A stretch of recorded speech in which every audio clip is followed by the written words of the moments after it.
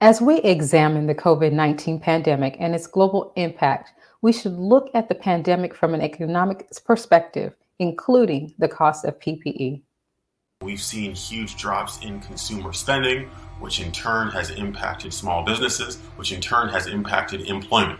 It's really unique in the sense that it doesn't look like previous recessions. When we look at who's been hit hardest, one thing we see is that consumer spending has dropped precipitously, especially right after COVID cases started going up in early March.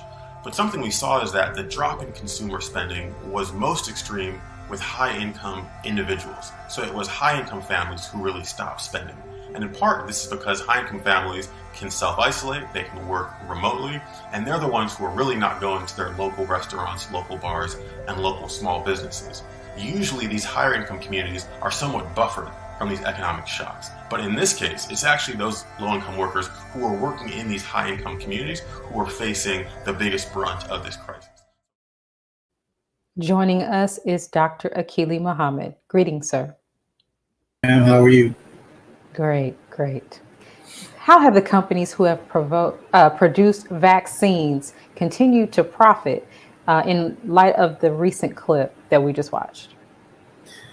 Yes, I think it's we need to note the fact that in general, a lot of the physicians around the country that actually do immunizations in their offices, they get their vaccinations from either state or city organizations. And so there's this ideology that there's not a lot of money in the vaccination part of pharmaceutical companies. But I think what we have seen with the reports is that the stock market numbers, as far as especially the ones that we've been hearing about, Pfizer, Moderna, biotech, these companies, their stock market prices have soared. And so that's one aspect that the pharmaceutical companies have made plenty of money, but also the hidden understanding is that there were big chunks of money given to these companies when they were producing these vaccines from different governments from around the world. And so, there's not really this idea that because you have all of these free vaccine sites in America, and there's some in other parts of the world, people have an idea that, okay, since it's free, there's not a lot of money being made, but that's just not accurate information. There has been a lot of money that has been exchanged from governments to these companies.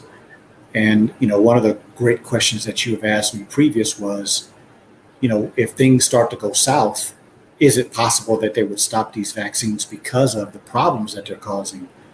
We're talking about billions of dollars, and also 9 new billionaires being produced from these actual vaccine companies. Yeah. It's very unlikely that people are going to stop, halt, or even slow down vaccinations because of how much money they are producing. And what estimates are there for medical expenditures during this pandemic? Yeah, there's not a lot of information. I think that's very exact because there's so many speculations and there's so much information that are saying it's hard for them to actually calculate. But the information that I did find is that there was somewhere in the realm of 4 to 10% increase in expenditures just during this pandemic. And of course, when you're talking about percentages, it's hard to really get a grip on exactly what that means.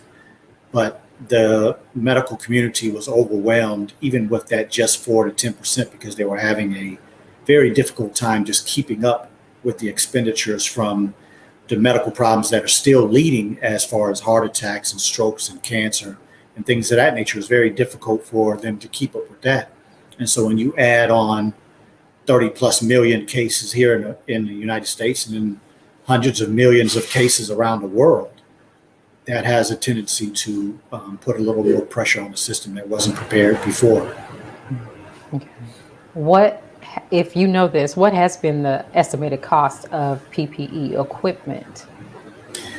Yes, well, in the United States alone, it was estimated around $7 billion. And Wow. In the global market, I couldn't find any information to give me even an estimate. But $7 billion just for this country, that's quite a bit of money. And we're just talking about mostly expenditures for hospitals and urgent care centers and doctors' offices and things of that nature. And so it was difficult to monitor what happened after they came from the manufacturers, because a lot of times there were backups in being able to deliver. There were companies that were offered an ability to be part of the process and then removed because they couldn't do it fast enough. So there's a lot of confusing information out there. But I think when you take in consideration of how many people, general people, were looking for places to buy masks and to do other things to protect themselves, that $7 billion may be a really small number when we're looking at things globally. Right. Now, speaking of $7 billion being a small number, recent information has come out, or has at least been reported by a few other media outlets, that the vaccine may potentially be a yearly thing, with these companies profiting from the vaccines that have already been released and given to many Americans. What is the potential of the earnings or the profit for each of these companies in the next 5-10 years? Yeah, so I think that's interesting, a very interesting question, because there's still not any conclusive evidence yet for any of these companies to make a firm statement. Some are saying that they'll need to be a booster every 3 months. Some are saying a yearly shot like the flu shot. There still is no conclusive information on which of those will happen. And so, my understanding of the stock market, a lot of times things change when there's a volatile change in society. Sometimes there's a change when there's a particular CEO or a person that has influence on the finances of this country say something, this or that, and the stock market will move. So, of course, because of this vaccine craze and because of the number of vaccines that were trying to be produced and the number of people that were attempting to be vaccinated, that was going to be something that was going to make a change in these companies' bottom line. But long term, I think those situations will probably flatten out. So it probably won't be as much of a deal when it comes to the stock market. But in general, if we are looking at worldwide, as many millions of vials of vaccines have been taken around the world, then we're really talking about something that's going to maintain good finances for these companies years into the future, unless the right type of information gets out and the truth about what is happening with these vaccines around the country and around the world is happening, and people's confidence in them will decrease, such as the number of cases of what they call breakthrough infections, where people are getting vaccinated. If they're on a 2-shot vaccine, they've gotten both shots. If they're on a 1-shot vaccine, of course, they got that 1 shot. But we're literally seeing many people that were free of infection prior to a vaccine, right, in whatever they were doing to take care of themselves. But then once they got the vaccine, they wound up getting the infection. And then many people, of course, are having the side effect problems or the adverse events from the vaccine after the 2nd shot or a couple of weeks after they get the single shot. And so if those type of honest answers are coming to the public, then I think that the concern for getting vaccinated will increase. The people that will lend themselves to getting vaccinated will go down. And if that is true, if that happens, then these companies might see a severe downturn in their profits. Now, if you look on social media these days, you will see, of course, many people for the vaccine and many people against the vaccine. One of the things that I've noticed personally is that those against the vaccine have mentioned that everything is COVID.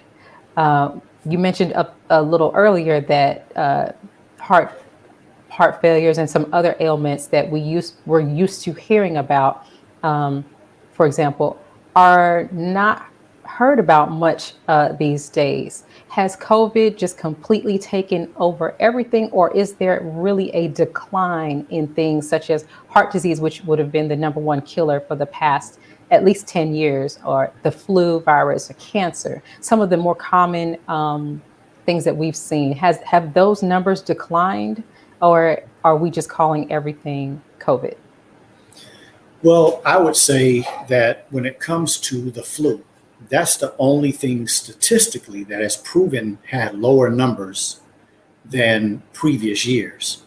But when it comes to heart disease and cancer deaths and cancer diagnoses and heart strokes and people becoming, having to wind up on dialysis, none of these numbers have decreased at all. And so when it comes down to it, we're just paying so much attention to COVID, and the influence of the media on our minds has been directed to COVID, but the numbers of these other medical problems have not decreased. Now, there were some concerns, especially amongst healthcare practitioners, that there were a lot of death certificates, Yes. that would have COVID on it when these people died from other medical problems. So I think there may have been some influence, and it could have been on purpose. It could have been confusion. But at the end of the day, actual numbers of people that have died from heart attacks, still the number one killer in the United States and the world.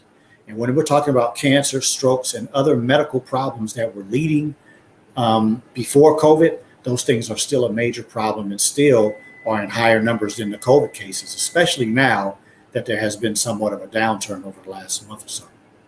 Okay, wow. Okay. And finally, very quickly, before you go, Dr. Akili, what are your thoughts on this? How do you think individuals, just the general everyday American, how do you think individuals have fared during this pandemic economically? Well, I would say based on the statistics, it's general and typical for any time there's any type of a problem in this country and even around the world. The young have the highest unemployment rates. Black and brown people have the highest unemployment rates. People that are on jobs where you're college educated have had less unemployment versus those that are, let's say, maybe not high school graduates, or they do have a high school graduate. Those people have lost most of the jobs. And so I think one of the things that I have heard many, many times in my lifetime is that the poor suffer the most in hard times. Yeah. And even when there are unoptimal situations like during this pandemic, the rich got richer. I mean, when we look at the financial improvements of certain companies and certain people, billionaires in particular, many of them have had a skyrocket in their profits, a skyrocket in how much money they make per year during a pandemic when many people are struggling to even find something to eat. And so in America specifically, this has been a problem as long as probably most of us have been alive, and it continues today. Same situation, the poor get poorer. The darker people are usually wind up in the worst situation. And typically those that are rich continue to get richer and continue to enjoy whatever they have, the benefits that they have, without sharing with those that are less fortunate. That's right. Thank you, Dr. Akili, as always, for your insight. We look forward to speaking with you again next week. Thank you very much, ma'am. Yes, sir. Let's pause for announcements from our sponsors. After the break, Thomas X will be joining us to discuss the anniversary of the murder of George Floyd and its impact on America. We'll be right back. Be a part of the force that powers truth in journalism. Go to nnvnews.com/donate.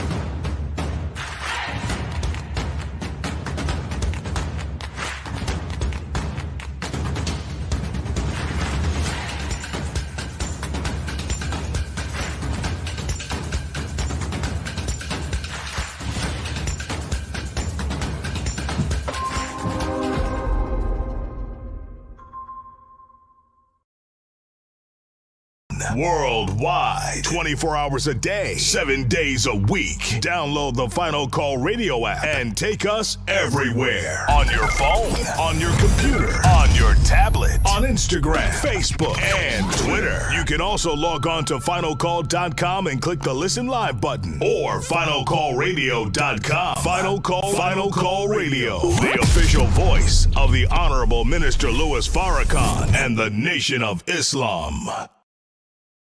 Please share your thoughts with us in the comment section below. Follow us on social media at NNV News, and please subscribe to our YouTube channel at National Network View. I am Anissa Muhammad with NNVnews.com.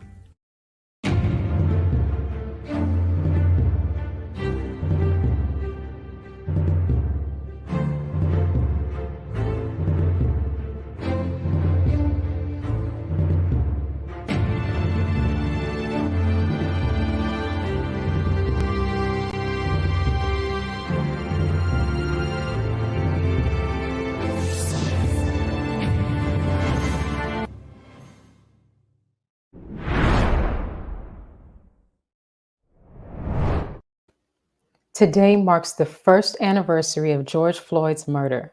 After protests and calls for police reform, the killing of Blacks and brown people continues.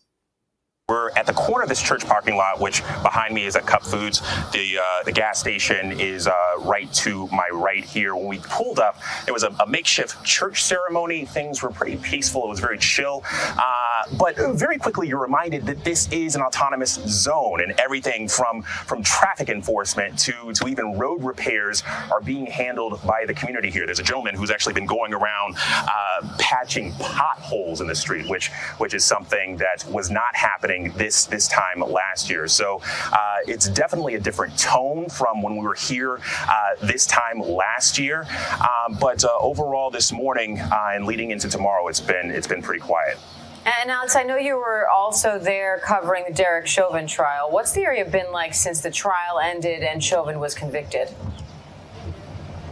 Well, look, so obviously whenever that verdict was read out, there was a sense of achievement, a sense of I don't want to say relief, but some sort of accomplishment for all the rallies and all the things that the folks here have been protesting and advocating for. But I will say that there is still very much a focus from the community here on some federal sense of national police reform, and that obviously is something that hasn't happened yet. Joining us to give us further insight on this is educator, Brother Thomas X. Greetings, sir. Greetings. How are you, my sister? Great. Thank you. Today marks the first anniversary of George Floyd's murder, which led to unprecedented marches, social unrest, and calls for police reform. What effect did Chauvin's conviction have on the recent federal indictments against Chauvin and the other officers? Well, I would first like to start off by saying that may Allah be pleased with our brother, George Floyd. And as we are marching in the streets and as we are voicing our frustration online, that Allah also blesses his family with the strength that they need to overcome and find some sense of peace while fighting in the struggle to get justice as well. And as far as the question, the recent convictions, as far as it relates to Chauvin and those the other officers that were with him, right, whose trials have been pushed back for another year, right, back to 2022. They were supposed to be this year in August. But however, those indictments or the indictment on Chauvin's, it just shows the enemy, I would say, that more caution has to be taken. However, there's still no severe penalty that will be given. Because even when Chauvin's got indicted, one of the first things that came up from his lawyers was the appeal. So they're still planning to appeal the manslaughter charges that he was brought up on, which, you know, we seen the video and we see that it was intent murder. Yes. But however, you know, it doesn't do much as far as the indictment goes. But however, it just puts more of an understanding in the mind of those who are bullying our community, Right. that a little more caution has to be taken. Right. Why do you think it took the conviction of Derek Chauvin before President Biden spoke out against George Floyd's murder? As the saying goes, you don't want to bite the hand that feeds you, right? So a lot of our people were going out to the polls, right? Rooting for Biden and his VP, our sister, Kamala Harris, because he was the alternative for the overt, honest about his feelings, Donald Trump. Right. However, there are still some hands that were feeding Biden, in my humble opinion, that Biden didn't want to upset. And also, in voicing his opinion or saying something as far as validating that what was done was completely unjust, then it would appear that Biden was being on the side of the very people that put him in office. But however, when Chauvin was indicted and it became popular to speak against Chauvin after the indictment, then there you go with President Biden feeling comfortable speaking about Officer Chauvin after what was done was done. But however, in his quietness, in his silence, we see where he stood as it relates to our community. Or not where he stood, but where he stands, because still, to this moment, there's nothing been done specifically for our community as it relates to justice. That's correct. And I'll circle back around to that point in just a moment. I do want to ask you, at least 64 people have died at the hands of police since Derek Chauvin's trial began. Is there a common thread in these killings? It turns out that it happens to be, on average, about 3 people per day. And then not only 3 people per day, but do you know, my sister Rosalind, that majority of these people are Black men or Black males?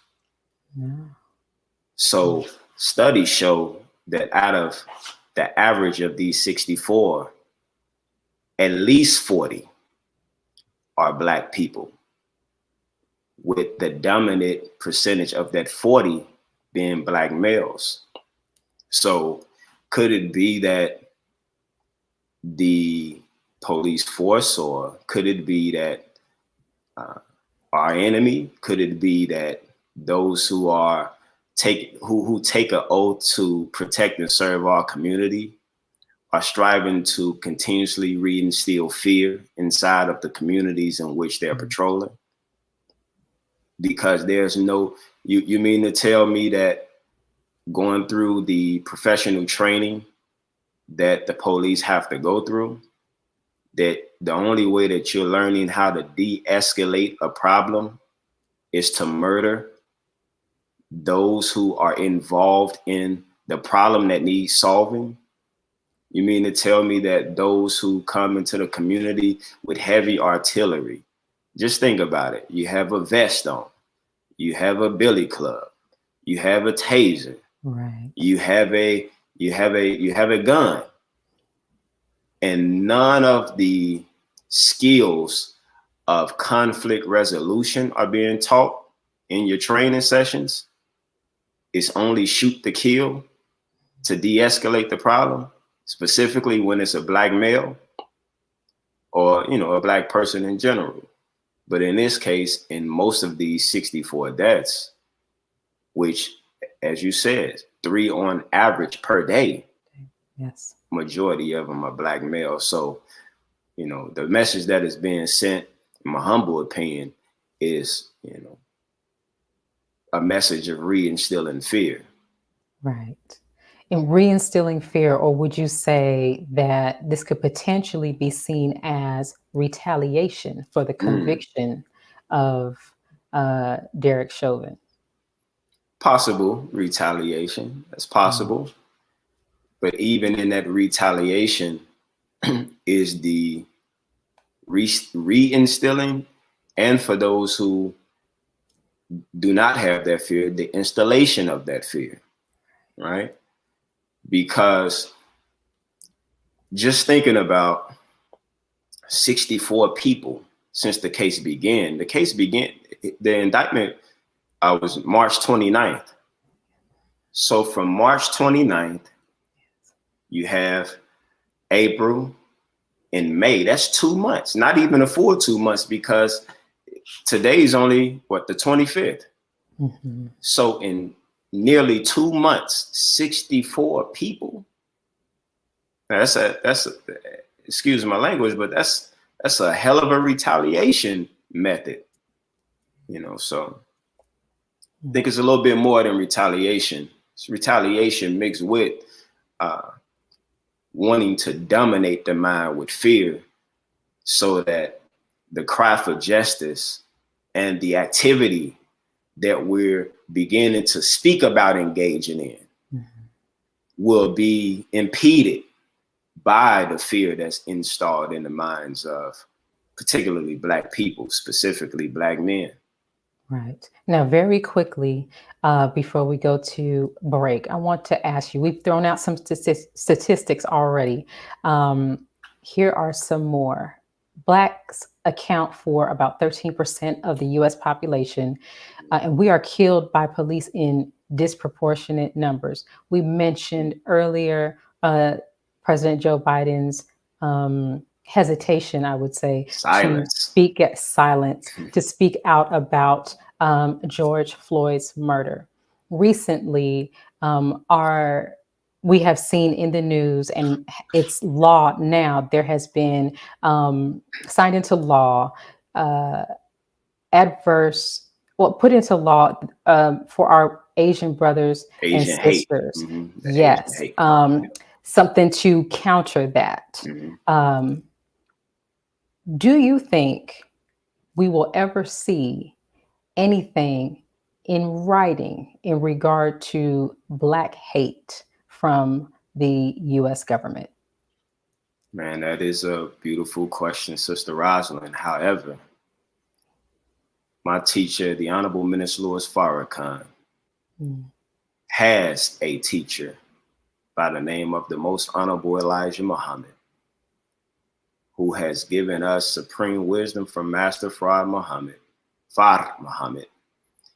And the Most Honorable Elijah Muhammad stated that the 6 words that are the foundation for the teachings in which he was given by Master Fard Muhammad is to accept your own and be yourself.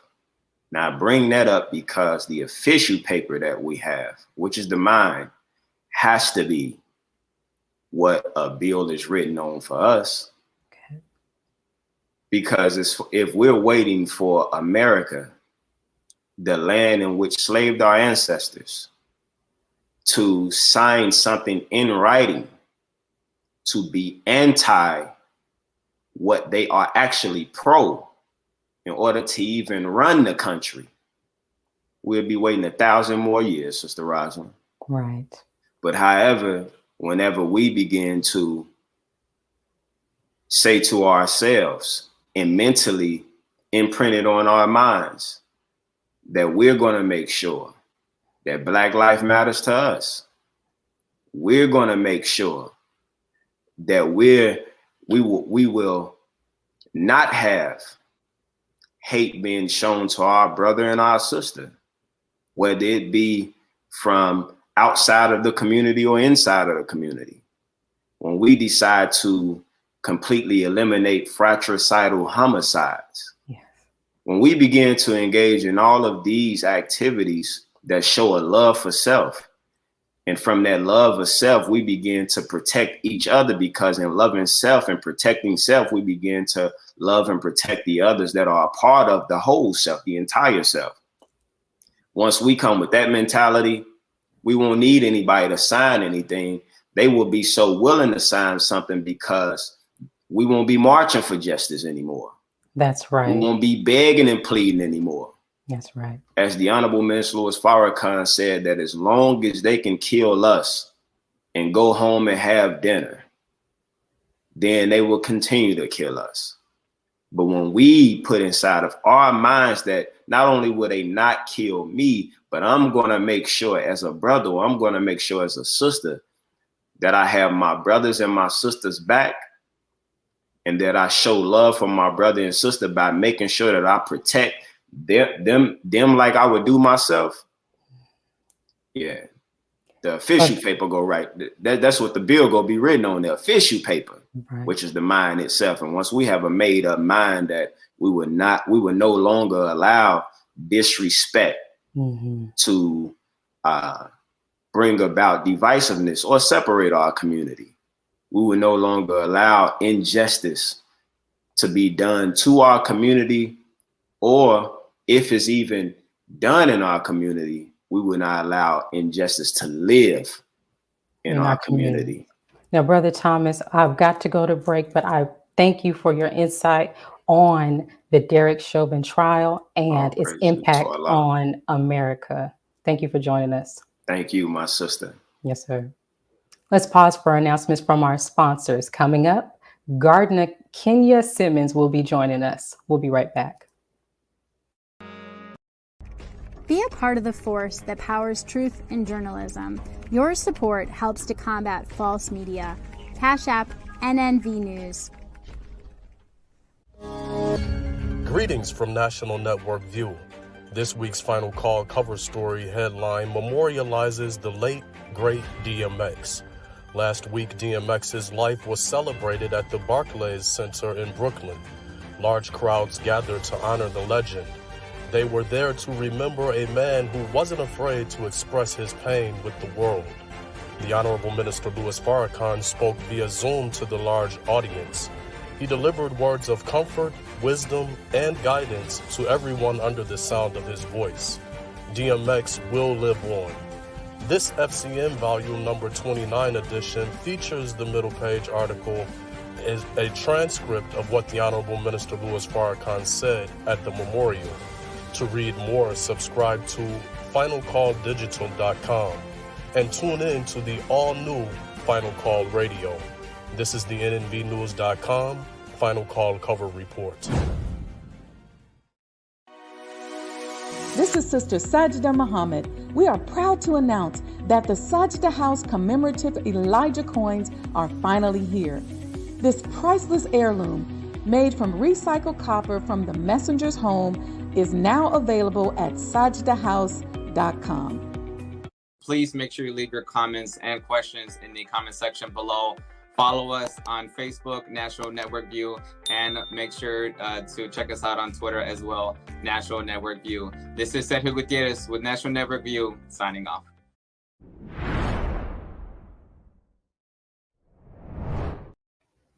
Khinya Simmons, a gardener from Birmingham, Alabama, has grown significantly since our last interview.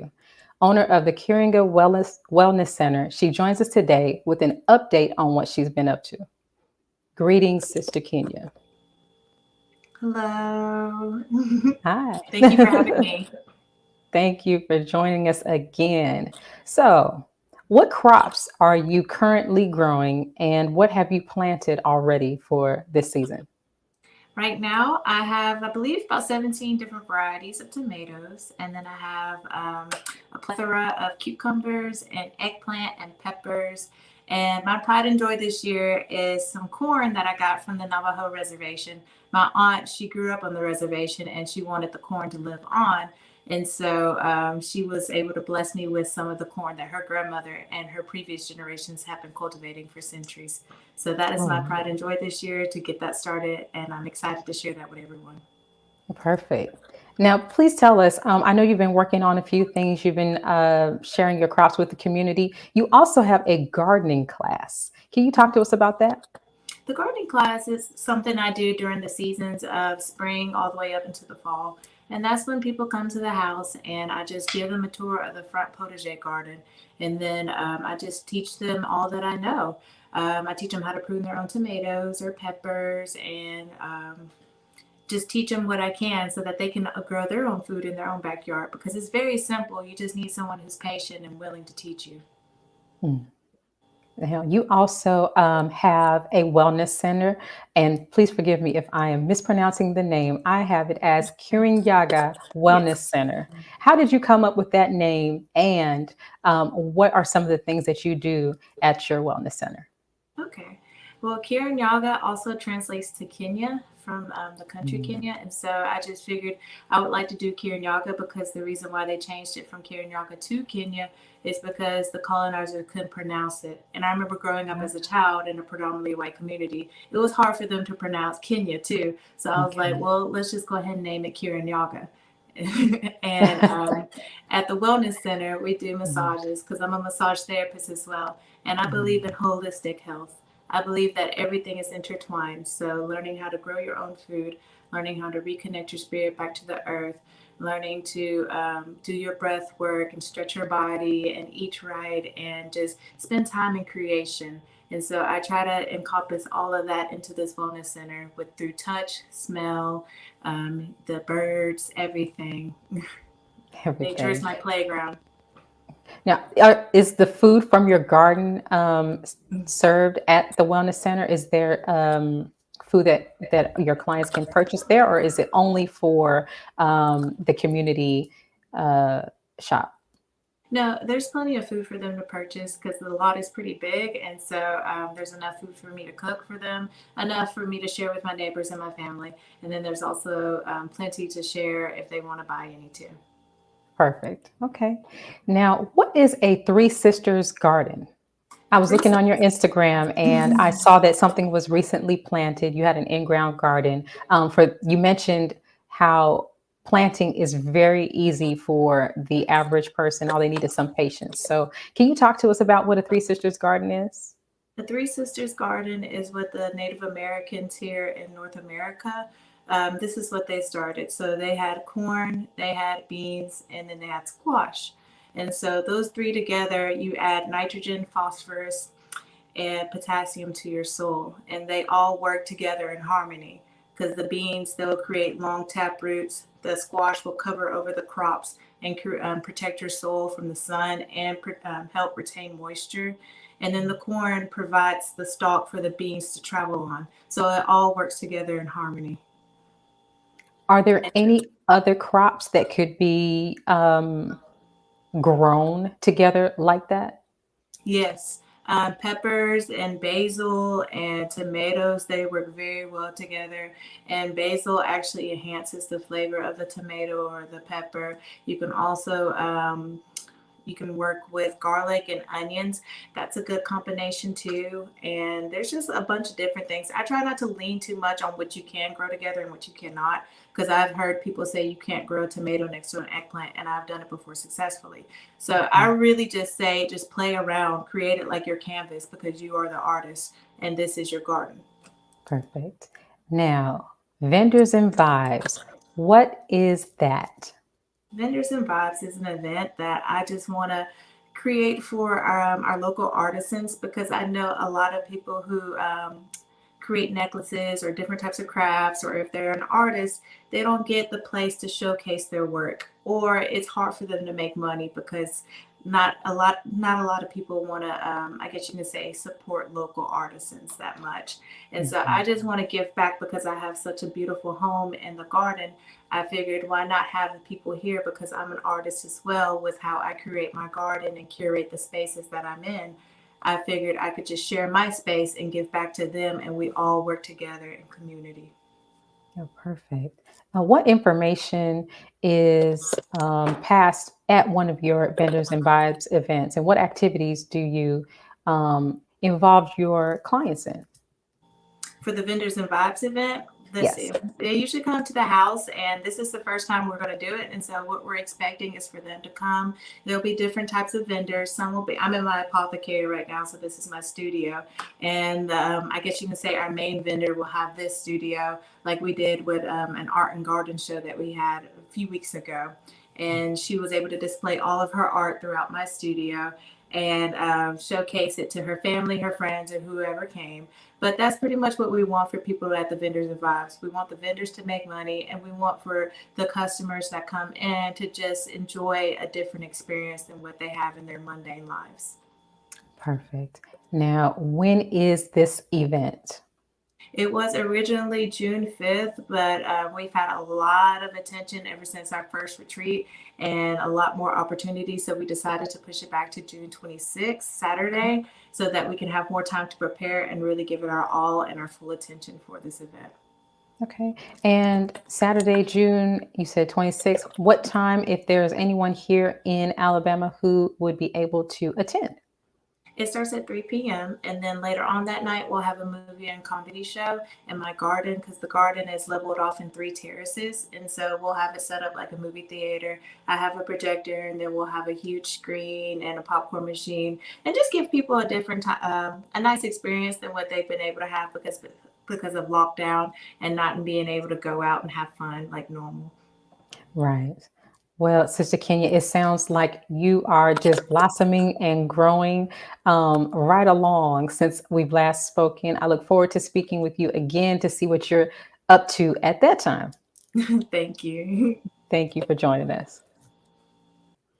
Thank you for joining us today and tuning into National Network View News. Please share your thoughts with us in the comment section below. Follow us on social media at NNV News, and please subscribe to our YouTube channel, NNV News. This is Rosalind Parks with National Network View News. Good night. Be a part of the force that powers truth in journalism. Go to nnvnews.com/donate.